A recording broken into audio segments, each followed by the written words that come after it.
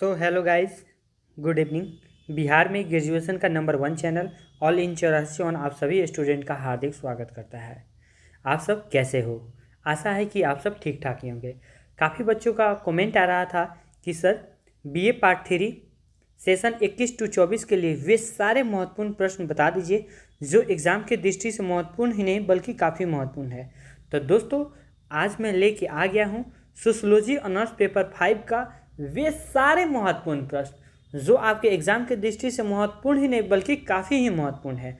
इसमें हमने टोटल 10 प्रश्न आपको हम बताएंगे जो एग्ज़ाम की दृष्टि से काफ़ी ही महत्वपूर्ण है। ठीक है, इसमें हम कुछ टॉपिक्स को भी कवर करेंगे जो एग्ज़ाम की दृष्टि से काफ़ी महत्वपूर्ण है, जैसे कॉपी लिखते समय हम क्या क्या गलतियाँ करते हैं, प्रश्न उत्तर को याद कैसे करें।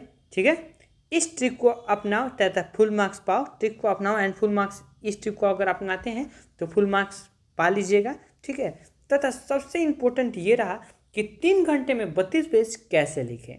काफ़ी बच्चों का ये भी सवाल रहता है। तो दोस्तों, आज का वीडियो जो है काफ़ी मज़ेदार और धांसू होने वाला है।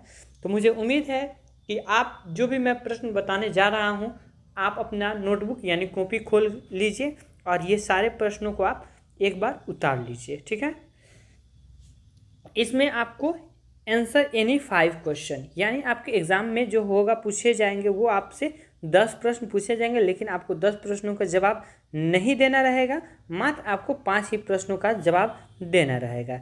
इसमें भी है सोशियोलॉजी में आपको 2 ग्रुप में देखने को मिलेगा। पहला जो होगा ग्रुप ए होगा।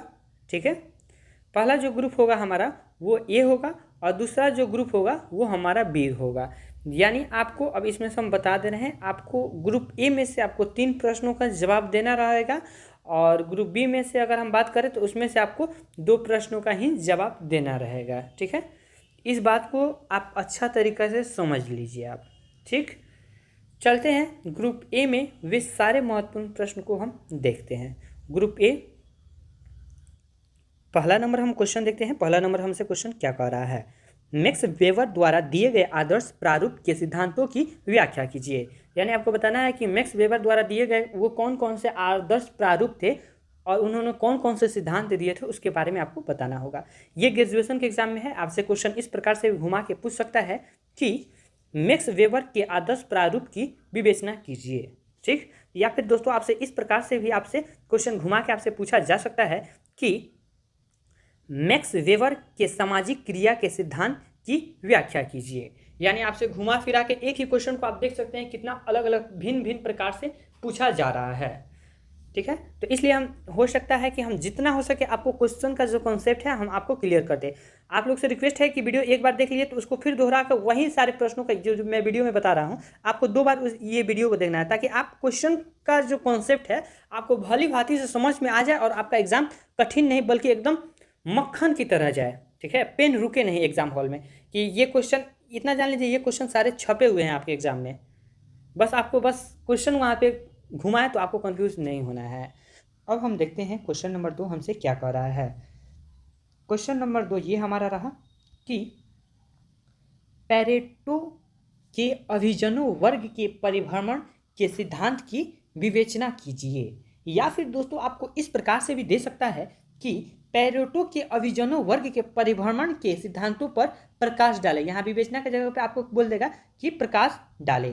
ठीक है, अब हम बढ़ते हैं क्वेश्चन, या फिर इस प्रकार से भी आपको क्वेश्चन कर सकता है कि पेरेटो के अभिजनों के परिभ्रमण के सिद्धांत का वर्णन कीजिए। ये काफ़ी इंपॉर्टेंट है दोस्तों, इसलिए आप इसको अच्छा तरीका से याद कर लीजिएगा इसका आंसर। अगर वीडियो के प्रति आप लोगों का अच्छा रिस्पॉन्स आता है, ठीक है, तो मैं इसका आंसर भी आपको प्रोवाइड करा दूंगा। 1000 अगर व्यूज़ आ जाते हैं, 1000 बच्चों का अगर हेल्प हो जाता है हमारे वीडियो से, तो हम इसका आंसर भी आपको हम प्रोवाइड करा देंगे। अब बढ़ते हैं क्वेश्चन नंबर 3 की तरफ कि हमसे क्वेश्चन नंबर 3 हमसे क्या कह रहा है। कार्ल मार्क्स के द्वारा दिए गए इतिहास की विवेचना कीजिए। यानी आपको बताना है कि कार्ल मार्क्स द्वारा दिए गए इतिहास के बारे में उन्होंने क्या बताया था उसके बारे में आपको बताना है। या फिर आपसे दोस्तों इस प्रकार से भी क्वेश्चन किया जा सकता है एग्जाम में कि कार्ल मार्क्स के द्वारा दिए गए इतिहास पर एक निबंध लिखे। ठीक है, यहाँ विवेचना हटा देगा, वहाँ पर बोल देगा निबंध लिखने के लिए। अब बढ़ते हैं हम क्वेश्चन नंबर 3। इस प्रकार से भी आपसे क्वेश्चन किया जा सकता है कि कार्ल मार्क्स के वर्ग संघर्ष के सिद्धांत की विवेचना करें। यानी कार्ल मार्क्स के जो वर्ग संघर्ष सिद्धांत थे ठीक है, उसके बारे में आपको बताना है। ठीक है, क्वेश्चन नंबर, अब हम 4 की तरफ बढ़ते हैं। हमसे क्वेश्चन नंबर क्या कह रहा है?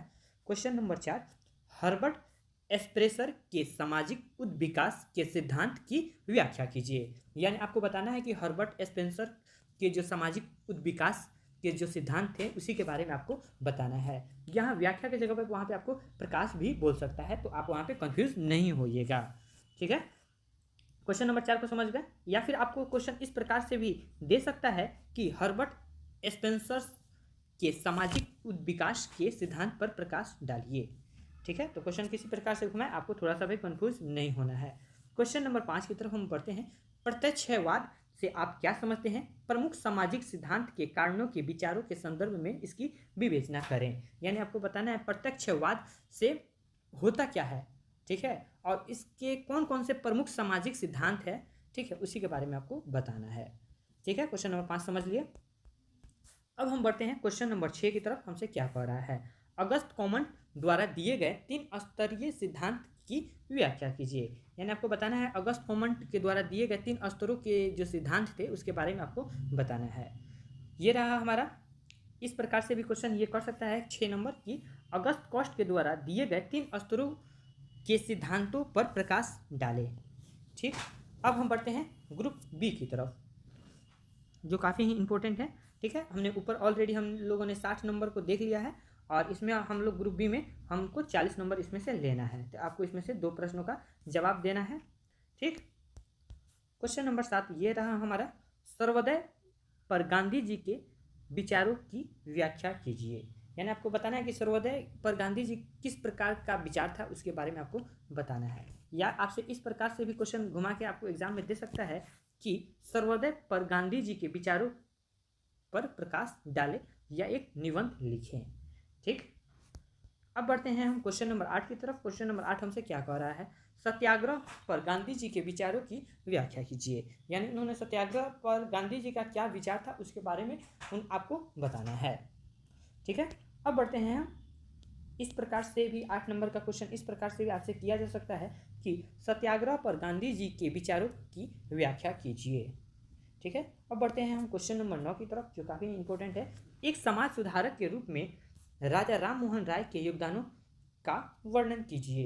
यानी आपको बताना है कि एक समाज सुधारक के रूप में जो राजा राम मोहन राय का उनका किस प्रकार से योगदान था, ठीक है, उसी के बारे में आपको बताना है। क्वेश्चन नंबर 10 की तरफ बढ़ते हैं। या फिर आपसे क्वेश्चन नंबर 9 का ही इस प्रकार से भी आपको एग्जाम में पूछा जा सकता है कि भारत में महिलाओं के उत्थान के लिए राजा राम मोहन राय के योगदानों की व्याख्या करें। ठीक है, क्वेश्चन किसी प्रकार से घुमाए, आपको थोड़ा सा भी कंफ्यूज नहीं होना है। क्वेश्चन नंबर 10 देखते हैं। समकालीन भारतीय समाज में विवेकानंद के विचारों के प्रासंगिकता का वर्णन करें। अब बढ़ते हैं, 2 क्वेश्चन और लिए गए हैं एग्जाम की दृष्टि से, ये काफ़ी महत्वपूर्ण थे। ठीक है, इसलिए आपको ये 2 क्वेश्चन को और आप पढ़ लीजिएगा। वैसे ये अभी देख लेते हैं कि इस प्रकार से भी आपको घुमा के क्वेश्चन दे सकता है कि आदर्श समाज के बारे में विवेकानंद के विचारों की विवेचना कीजिए। ठीक, अब हम बढ़ते हैं क्वेश्चन नंबर 11 की तरफ। क्वेश्चन नंबर 11 हमसे क्या कह रहा है? स्वच्छता के बारे में गांधी जी के विचारों की व्याख्या कीजिए। यानी बताना है कि स्वच्छता के बारे में गांधी जी के किस प्रकार से विचार थे उसके बारे में। अब हम देखेंगे क्वेश्चन नंबर 12, जो हमारा अंतिम प्रश्न है। हमसे कह क्या रहा है? महात्मा गांधी के ट्रस्टीशिप यानी जो था संरक्षता के विचार क्या थे उसके बारे में आपको बताना है। क्वेश्चन इस प्रकार से भी आपको एग्जाम में दे सकता है कि महात्मा गांधी के ट्रस्टीशिप पर एक निबंध लिखें या फिर अपना विचार प्रस्तुत करें। ठीक है दोस्तों, तो इसी के साथ होता है वीडियो समाप्त। मिलते हैं अगली वीडियो में। टेक जब तक के लिए देखते रहिए ऑल इन 84 चैनल। और रह गया बात ये सारे प्रश्नों का उत्तर देने का जो हमने आपको ऊपर बताया था, ठीक है, तो इसका हम ये होगा आपको पेपर 6 में आपको मिल जाएंगे। तब तक के लिए देखते रहिए हमारे channel all in 84। Take care, bye, best of luck, अच्छा से एग्जाम देखिए आइए।